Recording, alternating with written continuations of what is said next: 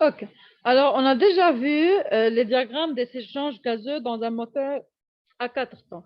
Maintenant, si on veut présenter les diagrammes des échanges gazeux pour les moteurs à 2 temps, on a déjà vu là, dans la session précédente qu'il y a une différence majeure des échanges gazeux entre moteurs à 4 temps et moteurs à 2 temps. Parce que pour les moteurs à 4 temps, on a déjà vu qu'on peut donner beaucoup de temps aux phases d'admission et d'échappement, alors que dans le moteur à 2 temps, le temps est beaucoup plus limité, car un cycle complet va prendre lieu pour une seule rotation complète du vilebrequin, ce qui correspond à un angle total de 360 degrés, alors que pour les moteurs à 4 temps, l'angle total est 720 degrés. Alors, vous pouvez imaginer combien on doit réduire le temps d'admission et d'échappement pour pouvoir terminer le cycle pendant 360 degrés. Alors, on a déjà vu ensemble la fois passée l'exemple d'un moteur à 2 temps où on a introduit des lumières d'admission et des lumières d'échappement pour que les échanges, tous les échanges gazeux, admission et échappement, prennent place au voisinage du point mort bas. Et alors, dans ce cas, on va voir que échappement et admission vont se faire en même temps et l'admission va être inclus, si vous voulez, va prendre une partie de l'angle d'échappement, alors que l'échappement va continuer un peu plus que l'admission. OK, alors on va réviser ce concept dans les diagrammes. Maintenant, on a vu qu'il y a plusieurs configurations, si vous voulez, possibles pour les moteurs à 2 temps. On a étudié une de ces configurations. Alors ici, on va voir, si vous voulez, le diagramme correspondant à la configuration qu'on a étudiée ensemble. Et on va voir aussi que parfois, on peut, dans d'autres scénarios, faire, si vous voulez, avoir que la phase admission-échappement ne soit pas symétrique par rapport au point mordant. On va voir comment le faire. Mais dans le cas qu'on a déjà étudié, on a symétrie de ces phases par rapport au point mordant. Alors, on va faire une petite analyse ensemble des différentes phases. Alors, on a étudié la fois passée le mode qu'on a étudié, ok, correspond à l'introduction des lumières d'échappement et d'admission. Et on va voir ici ensemble comment se fait les différentes zones. Maintenant, si on revient à l'exemple qu'on a vu ensemble, si vous vous rappelez, on avait comme ça le piston se déplacer dans le cylindre. Et au point mort bas, avant d'arriver au point mort bas, si vous voulez, on a des lumières qui sont ouvertes. Alors, quand le piston se déplace, en se déplaçant, il va ouvrir premièrement les lumières d'échappement, ok, et puis il va ouvrir les lumières d'admission. Et on avait, si vous vous rappelez, comme ça, la forme pour les lumières d'admission pour qu'il y ait un peu de retard d'ouverture des lumières d'admission comparé aux lumières d'échappement. Et alors, de cette façon-là, quand le piston se déplace, premièrement, il va ouvrir les lumières d'échappement. Après un certain temps, on va ouvrir les lumières d'admission. On va y avoir passage de la charge fraîche vers le cylindre. Et maintenant, en revenant, si vous voulez, en faisant le chemin opposé, il va fermer premièrement les lumières d'admission, puis les lumières d'échappement. Dans ce cas-là, on a symétrie des phases. Dans ce design-là, on a symétrie des phases d'admission et d'échappement par rapport au point mort bas. Alors, on peut créer d'autres, si vous voulez, d'autres configurations. Je vous ai dit qu'il y a plusieurs configurations, mais vous n'êtes pas responsable des détails. Juste, vous devez savoir qu'on peut créer plusieurs configurations pour effectuer l'admission et l'échappement des gaz dans un moteur à 2 temps. Parfois, on a vu que la disposition symétrique n'est pas très convenable. On peut optimiser les échanges gazeux en considérant une disposition qui n'est pas symétrique. Par exemple, dans ce cas, l'angle si vous voulez, l'angle d'avance ne doit pas être égal à l'angle de retard. Alors, on peut optimiser ces angles en faisant des expériences sur le moteur pour décider quelles sont les valeurs optimales des angles d'ouverture et de fermeture pour avoir un échange gazeux optimal. Maintenant, si on revient à l'exemple qu'on a déjà fait ensemble, si on veut représenter toutes les phases sur un diagramme circulaire, on a que l'angle total ici correspond à 360 degrés. OK? Et on commence premièrement, si vous voulez, vous pouvez voir comment l'admission et l'échappement vont prendre beaucoup moins de temps que dans le cas du moteur à 4 temps. Alors, si on considère, on va commencer d'ici. Alors, après la détente, le piston est en train de descendre vers le bas. Il va, à un certain niveau, il va ouvrir les lumières d'échappement. Alors, on a, dans ce cas, un certain angle d'avance, OK? D'avance, ouverture, échappement, ici. Alors, ça, c'est l'angle avance, ouverture, échappement.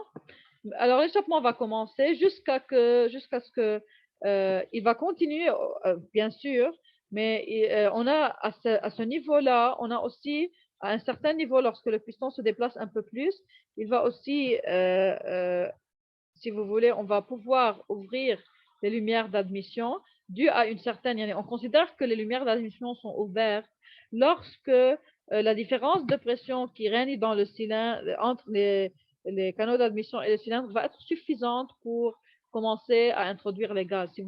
C'est pour cela, si vous vous rappelez, je vous ai dit que même s'ils sont au même niveau, les lumières d'admission et d'échappement, on peut créer une certaine courbure ici qui va rendre l'introduction de la charge un peu plus difficile. Alors, on doit avoir une pression régnant dans le cylindre plus basse pour que les gaz d'admission commencent à être introduits. Okay?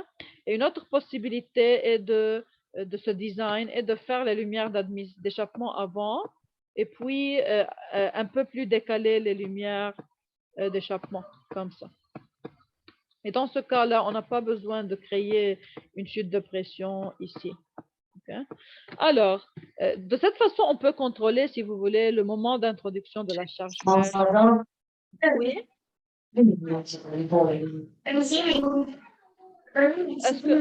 Est-ce que vous demandez une question, Chi? S'il vous plaît, lorsque vous n'avez pas de questions, حطوا mute, please. Okay. Alors,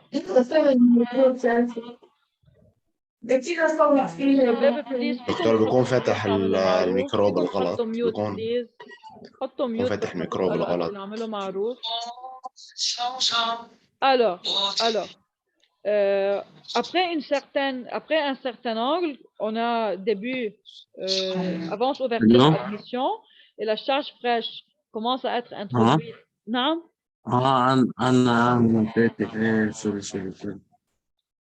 je n'arrive pas à t'entendre.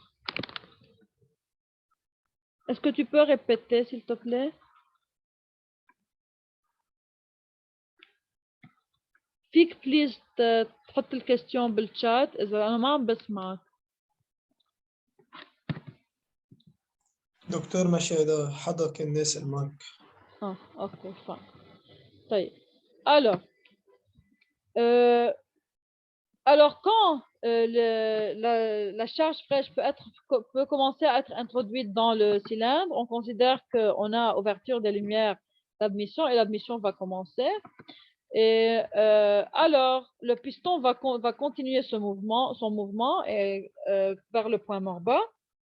Et pendant ce mouvement, on a entre ces deux points là, si vous voulez, d'ici jusqu'ici, on a admission et échappement en même temps. Et le piston va arriver au point mort bas, puis il va monter de nouveau jusqu'à fermer, jusqu'à la fermeture des lumières d'admission. L'admission continue.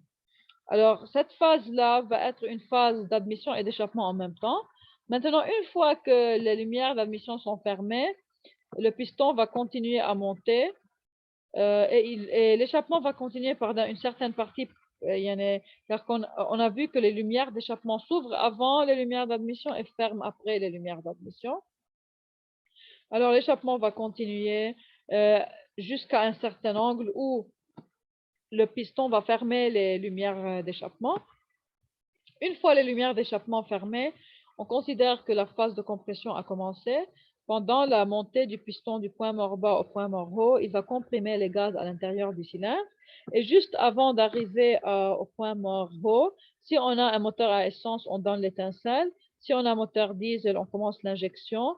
Et on a ce qu'on appelle le délai d'auto-inflammation avant que la combustion commence. Alors, une fois on a l'auto-inflammation où on a l'étincelle qui va enflammer le mélange, la combustion commence et elle est suivie de la phase de détente où on va produire le travail nécessaire à la rotation du vilebrequin. Et alors, de nouveau, ce cycle va être répété.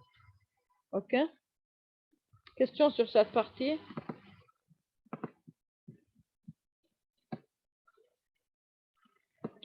Alors, ici aussi, dans les moteurs à deux temps, on peut aussi, si vous voulez, définir différentes phases. La première, c'est l'échappement libre. On considère que l'échappement libre commence au début d'ouverture des lumières d'échappement jusqu'au moment d'introduction de l'air dans le cylindre à travers les lumières d'admission. Car pendant la phase, avant que les lumières d'admission ne s'ouvrent, okay, on a que ce qui va se passer, que la pression à l'intérieur du cylindre est plus élevée que celle dans les canaux d'échappement. C'est pour cela qu'il va y avoir fuite sous l'action de cette différence de pression. Maintenant, quand on ouvre les lumières d'admission, l'introduction de la charge fraîche va aider à échapper les gaz. Okay? Et on considère alors que la phase d'échappement libre est terminée et une autre phase va commencer. Maintenant, alors, à l'ouverture des lumières d'admission, la pression dans le cylindre est habituellement supérieure à celle du collecteur d'admission. Et enfin, d'échappement libre, il y a écoulement des gaz brûlés à travers les lumières d'admission. Ça, c'est le cas où on n'a pas un moteur suralimenté. Okay? Mais pour cela, en général, on utilise un moteur suralimenté pour éviter cela. Ou bien aussi, parfois, on doit choisir des angles. Le design doit être fait d'une façon à ne pas avoir ce désavantage. En aucun moment, on doit avoir ouverture. On ne doit pas avoir, si vous voulez, que les gaz d'échappement échappent à travers les lumières d'admission. On doit assurer que les lumières d'admission vont être ouvertes quand la pression à l'intérieur du cylindre est suffisamment déjà petite. C'est pour cela, on commence pas, si vous avez vu ici, on a commencé l'admission après une certaine partie de l'échappement. Car si on les ouvre ensemble, si on ouvre en même temps les lumières d'admission et d'échappement, la pression dans le cylindre va être assez élevée à ce temps-là. Et on a risque d'échappement des gaz brûlés à travers les lumières d'admission. Alors, pour éviter cela, on doit ouvrir les lumières d'admission lorsque la pression régnant dans le cylindre devient inférieure à celle dans le collecteur d'admission. C'est pour cela qu'on peut optimiser les angles de façon à ne pas avoir ce désavantage. Alors,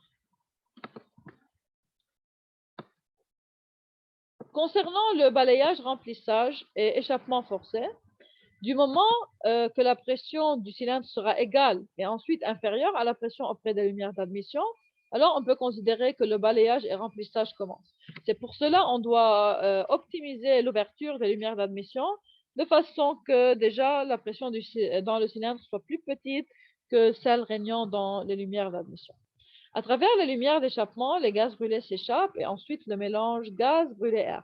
Lorsqu'on a un chevauchement des lumières, échappement et admission, toutes les deux ouvertes en même temps, ce qui va se passer, c'est que l'introduction de la charge fraîche va aider à l'échappement des gaz brûlés à travers les canaux d'échappement. Et cette phase-là, c'est appelée la phase balayage, remplissage et échappement forcé. Il y a les balayages car on a en même temps introduction de charge fraîche et échappement des gaz. On appelle pour l'échappement, c'est appelé échappement forcé car la charge fraîche va chasser les gaz. L'introduction de la charge fraîche dans le cylindre va chasser les gaz à travers les canaux d'échappement. Et concernant l'admission, on l'appelle balayage, remplissage car on a admission et échappement en même temps. Et lorsque admission et échappement se font en même temps, la phase est nommée phase de balayage. Maintenant, à travers les lumières d'échappement, les gaz brûlés s'échappent et ensuite le mélange gaz brûlé air. Voilà, le désavantage, c'est que Durant cette phase, on peut avoir perte de charge fraîche, car c'est vrai que l'introduction de la charge fraîche va aider à chasser les gaz d'échappement, mais il va y avoir, durant cet effet-là, il va y avoir un peu de perte. Une partie de la charge fraîche va s'échapper avec les gaz d'échappement. Maintenant, au début du balayage-remplissage, la pression du cylindre s'abaisse jusqu'à telle valeur qu'elle sera inférieure à la pression moyenne du collecteur d'échappement. Le même phénomène sera remarqué dans tous les moteurs à deux temps à cause de l'instabilité du courant dans la tuyauterie d'échappement. Alors ici, on dit que quand on commence le balayage-remplissage, juste au début, on n'a pas encore, si vous voulez, introduit une quantité suffisante de la charge fraîche. On peut avoir que la pression de le cylindre soit encore basse, de telle façon que pour une certaine phase, on n'a pas possibilité d'échappement des gaz. Alors, cela peut être résolu par optimisation du moment d'ouverture, si vous voulez, des lumières d'admission, de façon à avoir tout de suite introduction de charge fraîche et échappement des gaz bruts. Maintenant, une autre phase intéressante, c'est l'échappement supplémentaire et charge d'appoint. Alors, on a dit que on considère qu'on a une charge d'appoint lorsque la compression, le piston commence à monter, mais en même temps, la charge est on a encore admission de charge due à la différence de pression entre canaux d'admission et la pression régnant dans le cylindre. Alors, le balayage-remplissage et l'échappement forcé se produisent pendant que les lumières d'admission et d'échappement sont ouvertes. Dans les moteurs à balayage transversal, après la fermeture des lumières d'admission par le piston, en se déplaçant vers le point mort haut, on va y avoir chassement des gaz brûlés. C'est ainsi qu'il y a un refoulement supplémentaire à cause duquel la masse du mélange frais va décroître. Alors, on a dit que ça, c'est un désavantage, qu'il y a une partie du mélange frais qui va être échappé avec les gaz brûlés. Dans les moteurs à balayage équicourant, les lumières d'échappement se recouvrent en même temps que celles d'admission, ou bien un peu plus tard. C'est pourquoi l'échappement supplémentaire ne va pas avoir lieu, ou bien il va être très court. Dans certains moteurs, les lumières d'admission vont se recouvrir après celles d'échappement, et alors il y a charge d'appoint. Alors, comme on a déjà dit, il y a plusieurs configurations pour les moteurs à deux temps. La configuration qu'on a étudiée ensemble, ok, l'admission va terminer avant l'échappement. Mais dans d'autres moteurs, ce n'est pas le cas. Dans d'autres moteurs, on peut avoir les lumières d'admission qui se recouvrent après celles d'échappement. Et dans ce cas, on peut avoir une zone de charge d'appoint pendant laquelle le piston est en train de monter et en même temps, la charge fraîche est en train d'être introduite. Okay. Alors que les soupapes d'échappement vont être déjà fermes.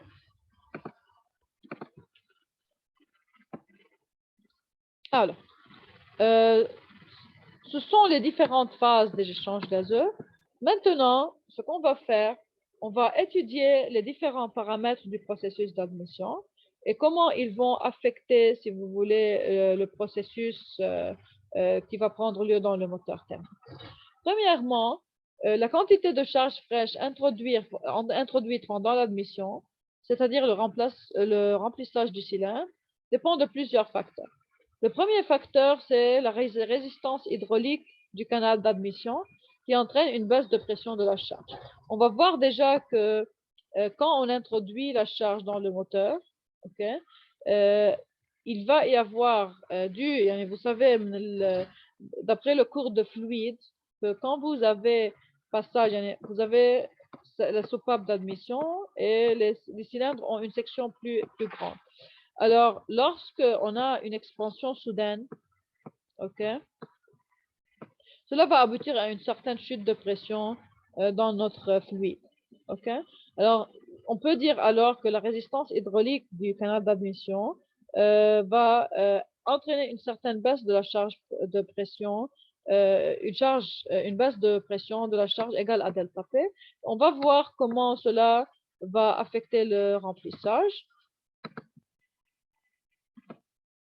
D'autres facteurs qui vont influencer la phase d'admission, c'est la présence déjà dans le cylindre d'une certaine quantité de gaz résiduel, MR des produits de combustion, qui vont occuper une certaine partie du cylindre. Déjà, si on n'a pas pu chasser tous les gaz brûlés, on va toujours avoir une certaine quantité résiduelle et on va voir comment cette quantité résiduelle va affecter le processus d'admission. Un autre critère, c'est le préchauffage du mélange dans la canalisation d'admission et à l'intérieur du cylindre. Qu'est-ce qu'on veut dire par le préchauffage du mélange? On sait que après la combustion, les parois vont être relativement chaudes. Okay? Alors, quand on introduit la charge fraîche, il va y avoir un réchauffement de la charge. Alors, sa température va augmenter d'un certain paramètre delta T. On va voir comment cette augmentation aussi va avoir un effet sur le remplissage. Okay? Alors, ce qu'on va faire maintenant, en premier lieu, on doit trouver l'expression analytique de la baisse de pression à l'admission. Pour trouver cela, on va appliquer l'équation de Bernoulli entre deux sections. OK? Alors, ce qu'on va faire là,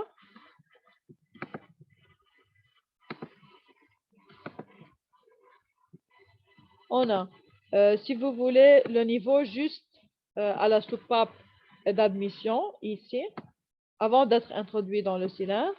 Et on a ce niveau-là correspondant à la section du cylindre.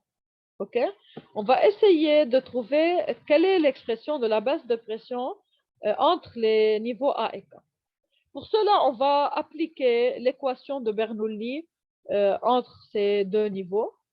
Si vous vous rappelez, pour un fluide, si on considère une certaine ligne du fluide, on peut relier pression, vitesse et élévation à ce point-là, à pression, vitesse, élévation à ce point-là, et on doit considérer toutes les pertes possibles entre les deux points. OK? Alors, on a déjà ici plusieurs sources de pertes de pression entre A et K. On a, premièrement, si vous voulez, quand on passe d'une section étroite à une section plus grande, on a perte de pression. Et on a aussi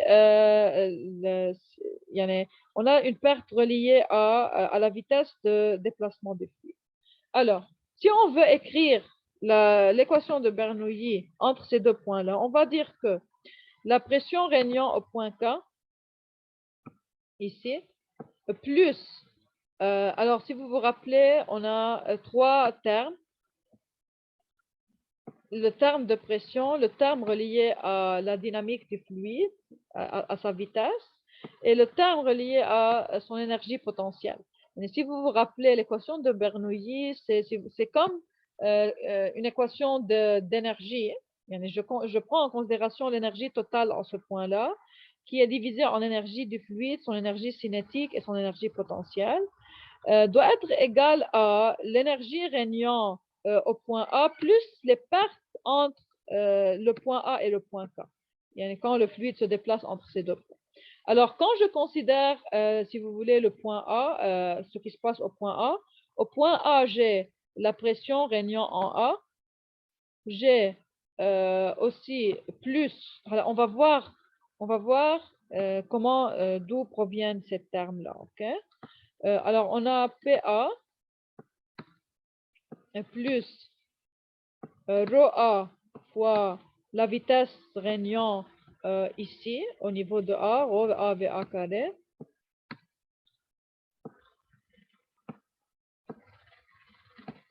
Sur 2. Et on a aussi plus rho A GZA, l'énergie potentielle.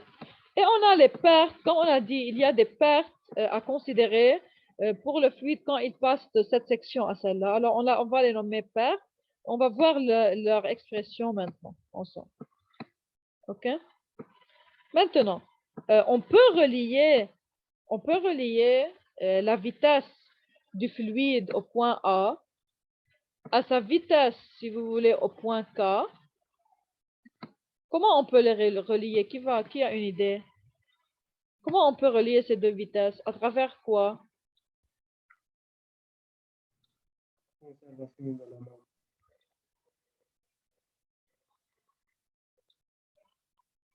Qu'est-ce qu'on doit faire pour relier ces deux vitesses? Conservation de la masse. Oui, très bien. On a conservation de la masse et on peut considérer que si vous voulez, le flux de masse ici en kilogrammes par seconde au point A est égal à celui au point K. Alors, on peut écrire que ρA fois VA fois la section en A, c'est égal à ρK fois VK fois la section régnant ici, AK.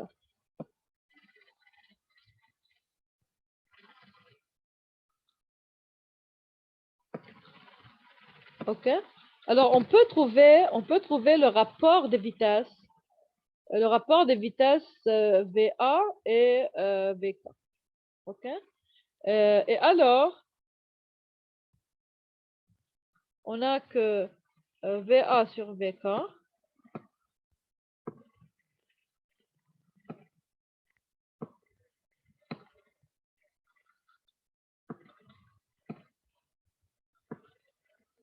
c'est égal à ρK AK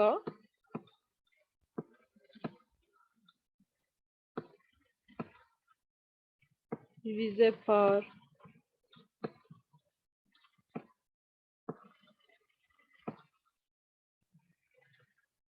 ρA A. OK? Maintenant, on peut définir, premièrement, on va voir quelles sont les définitions de bêta et de epsilon et comment on va introduire ces termes dans notre équation. Alors, on va définir premièrement la densité de la charge respectivement à l'admission et à l'intérieur du cylindre, comme on a déjà dit. On a les paramètres PK et PA correspondent à la pression statique à l'admission et au cylindre. Maintenant, comme on a déjà dit dans l'équation de Bernoulli, on va faire la somme des énergies. Voilà, ici, si vous voulez, tous les termes ont la même unité qui est l'unité de pression. OK? Et vous savez que on peut on peut écrire l'équation de Bernoulli sous différentes formes. Une des formes, c'est d'avoir tous les termes ayant la même unité que P. OK? Alors ici, par exemple, ce terme-là est relié à l'énergie potentielle, mais il a la même unité de pression. Il est ρ fois G fois Z. Si on veut avoir l'unité d'énergie, vous savez que, par exemple, l'énergie, c'est mgz. OK? Alors, on doit multiplier par mètre cube, par le volume, pour avoir l'équation de l'énergie. OK? Vous pouvez écrire n'importe quelle forme. À la fin, ça va vous donner le même résultat. On a une forme qui exprime tous les termes en mètres. Ça va vous diviser tous les termes ici par ρg. Et si je divise tous les termes par ρg, alors je vais avoir unité mètre pour tous mes termes. Okay? Alors, maintenant, concernant ZK et ZA représentent le niveau de l'axe du système d'admission et la soupape d'admission. On a que bêta représente le coefficient d'amortissement de vitesse dû à l'écoulement de la charge. OK? Et on a que bêta est défini comme le rapport des sections oméga cylindre sur oméga admission. Alors, comme on a déjà démontré ensemble que d'après la conservation de masse, on peut relier, quand on a un changement de section, okay, on va avoir un amortissement de vitesse. Car ici, on passe d'une section petite à une section plus grande. OK? Alors,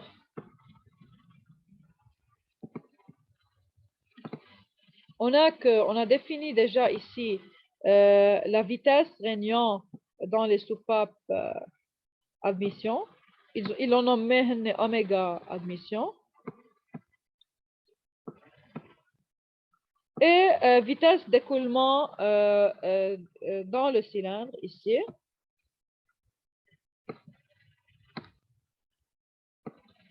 Et ce rapport va être relié au changement de section entre les deux. Okay? Alors, on peut définir que le paramètre d'amortissement de vitesse d'écoulement bêta comme la vitesse régnant dans le cylindre divisé par la vitesse régnant juste dans les canaux d'admission à ce niveau-là. OK? Alors, maintenant, on a une source de perte d'énergie. Lorsqu'on a, si vous voulez, un passage d'une section étroite à une section plus grande, ça va être, on a une perte. minor losses بالفluide. OK? Et vous avez le major losses ou le minor losses. Le major losses, quand on a une grande distance, si on a si vous voulez, un tuyau de très grande longueur. Alors, lors du passage d'une zone à l'autre, on va avoir des pertes. Maintenant, les pertes mineures sont associées, par exemple, au changement de section brute.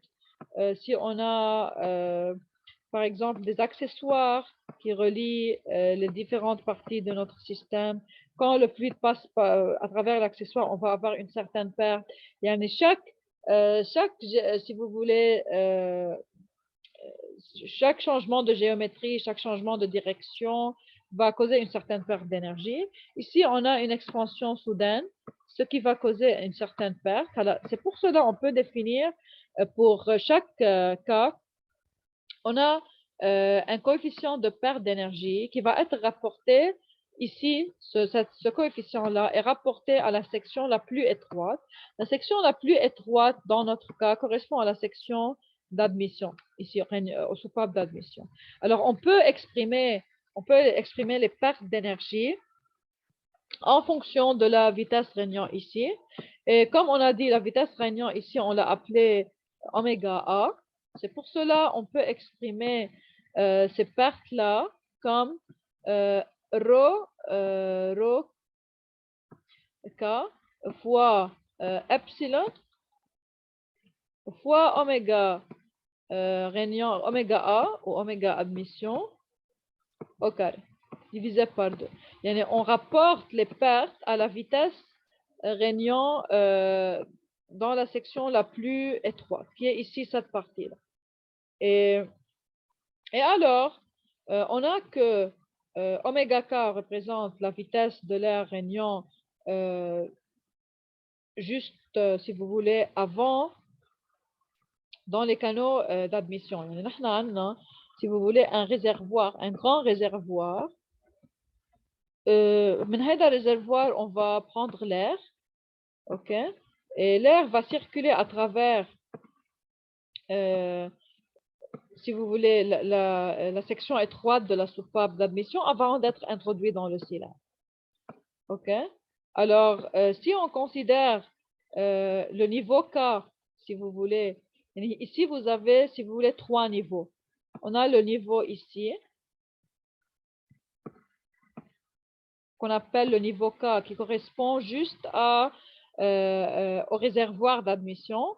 On a, dû au passage par la section ici, au niveau de la soupape d'admission, on a le niveau Samaïné petit a, ok? Et on a ici le cylindre, ok? Et on est en train d'appliquer le théorème de Bernoulli entre le niveau initial et le niveau final, ici. Alors, pourquoi on peut considérer que la vitesse d'air ici, juste avant d'être introduit dans la soupape d'admission, au niveau du réservoir, si vous voulez, est égale à 0, on peut considérer qu'elle est égale à 0 car la section, si vous voulez, des canaux d'admission est beaucoup plus grande que celle de la soupape. OK? Alors, c'est pour cela qu'on considère que ici notre R n'a pas de vitesse et oméga A peut être négligé. Maintenant, concernant, si vous voulez, la différence de niveau, ici, la différence de niveau entre Z de K, où on a le réservoir d'admission, et juste Z de A, où on va introduire, qui correspond à la fin de la soupape d'admission, où on va introduire le gaz dans le cylindre, sa différence est très petite. Le changement d'élévation peut être négligé. On peut considérer que Z de K est égal à peu près à Z de A. OK? Alors, comme le changement d'élévation peut être négligé, on peut négliger ces deux delta Z, et alors ces deux termes vont être simplifiés dans notre équation. Et aussi, concernant la densité, on peut, par expérience, on a vu que la variation de densité entre le point K et le point A n'est pas assez élevée. Alors, on peut négliger la différence entre ρK et ρA. OK? Alors, maintenant, si on revient à notre équation de Bernoulli, ici.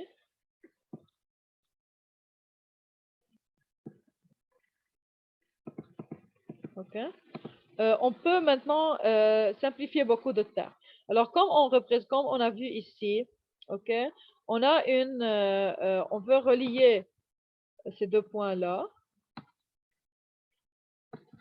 OK? Et on a que le niveau, l'élévation est à peu près la même, comme on a déjà dit. Alors, on peut négliger ces deux-là. Pour ρ, on considère que c'est la même valeur à peu près. On peut mettre pour les deux ρK, car on considère qu'on n'a pas beaucoup de différence. Maintenant, on a que, comme on a déjà dit, on est en train d'appliquer Bernoulli entre ces deux niveaux-là.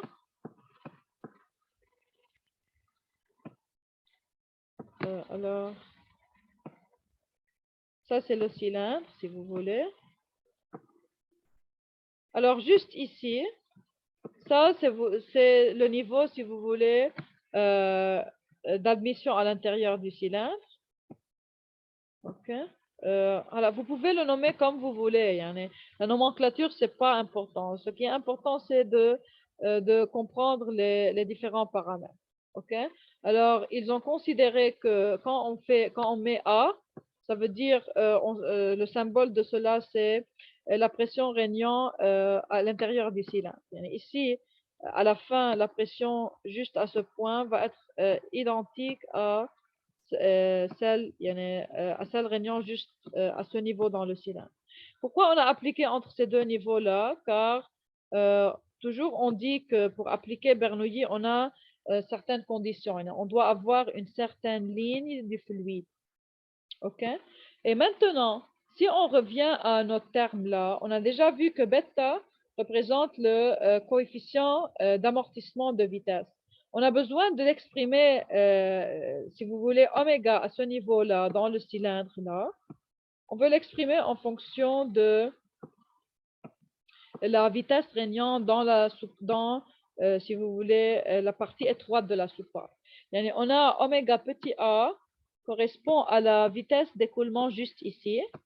Et on sait que la vitesse d'écoulement dans le cylindre ici est est plus petite due à l'expansion. OK? Mais on a dit qu'on peut remplacer, si vous voulez, la pression dynamique qui est égale à ρK oméga cylindre au carré sur 2.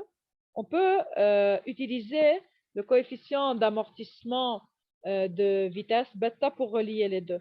Car on a déjà vu que dû à la conservation de masse, et comme on considère que ρ n'est pas en train de changer, ρ c'est presque la même au point K, au point A et au niveau du cylindre, ok? On peut alors dire que oméga cylindre fois A